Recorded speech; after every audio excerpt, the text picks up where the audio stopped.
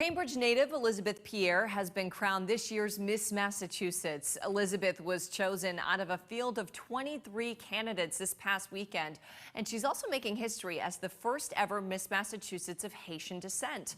Elizabeth told our Paula Ebben that she is thankful for all of the support and is ready to take on her new role.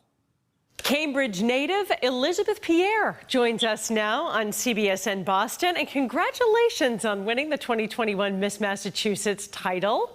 It must be a thrill. Thank you so much. Yes, we're so proud of you. And we know you were chosen out of a field of 23 candidates this past weekend.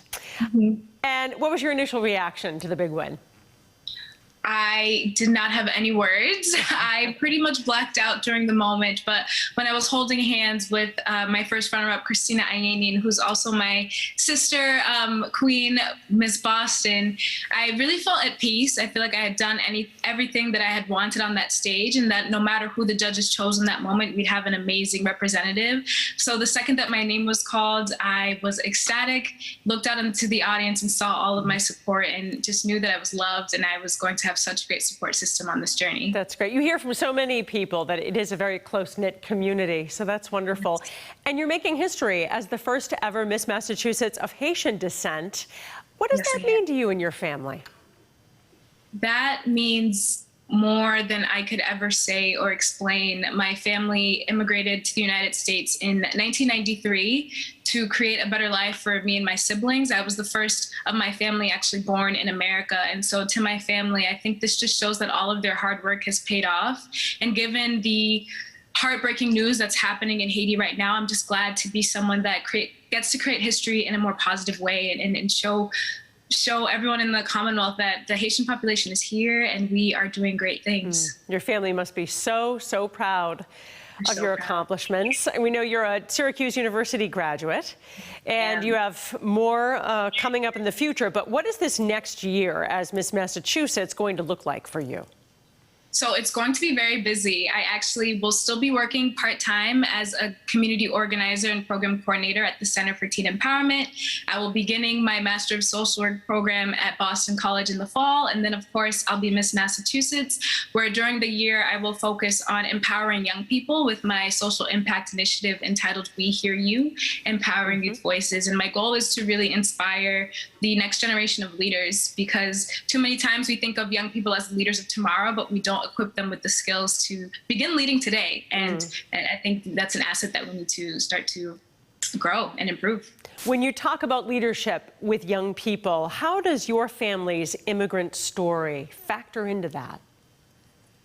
Yeah, my family has always pushed me and supported me in any path that I've chosen. And they've really taught me how to find my voice and make sure that whatever energy I put out into the universe is something that is worth listening to and is something that makes people pay attention. And so the Miss Massachusetts Scholarship Organization and the Miss America organization in general really aligns with that, because what it does is that it's a woman empowerment program. It's a woman empowerment organization to make sure that young women get to advocate for whatever they feel is important. And that's been an opportunity that I've loved to be a part of and hope to spread to other young women in the state. So you graduated from Syracuse University, as we said, and you're getting your degree in the Graduate School of Social Work at Boston College.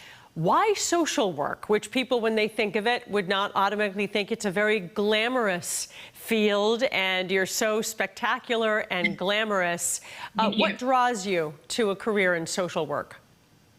Well, I've always had a passion for helping people find their own power and guide people towards empowerment. And social work is the exact way to do that. It's a way to give people the opportunity to think about the experiences that they've had in their lives, how they can continue to grow.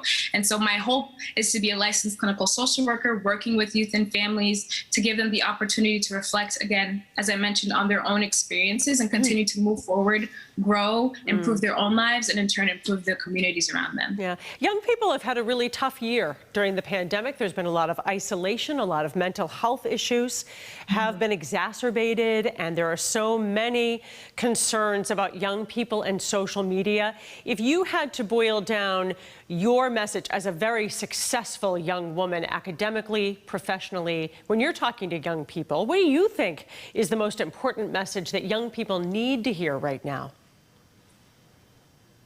I think I always like to tell young people to find their why and to find what they're passionate about, but also to remember that there is no timeline to find that it's important to try new things, make mistakes. And throughout the pandemic, I think there's a lot of emphasis on rest. And that is something that I really want to emphasize as well, too, that finding what you're passionate about is really the key. And that's a choice that you have to make on your own time. And once you find that, you will find so much peace and so much happiness and joy. And that's the hope that I have for every young person that I come in contact with. So the 100th anniversary of the Miss America pageant is going to be held in Connecticut this December. How do you prepare for that? There's going to be a lot of preparation. I will, of course, be keeping up with my current events and watching the news so that I can ace the interview portion of competition. But the main part of it is continuing to learn more about myself and learn more about what I believe in, what's important to me, and being able to articulate that. And of course, my favorite part of competition is the talent portion of competition. So I'm a dancer, and I'm really excited to hit the stage at the 100th anniversary and hopefully make Massachusetts proud and be the first Miss America from Massachusetts. Oh, wouldn't that be exciting? So Elizabeth Pierre, Miss Massachusetts, thanks so much for speaking with us. Congratulations. And of course, we will be cheering for you and hoping that you will be the next Miss America. Good luck. Thank you so much.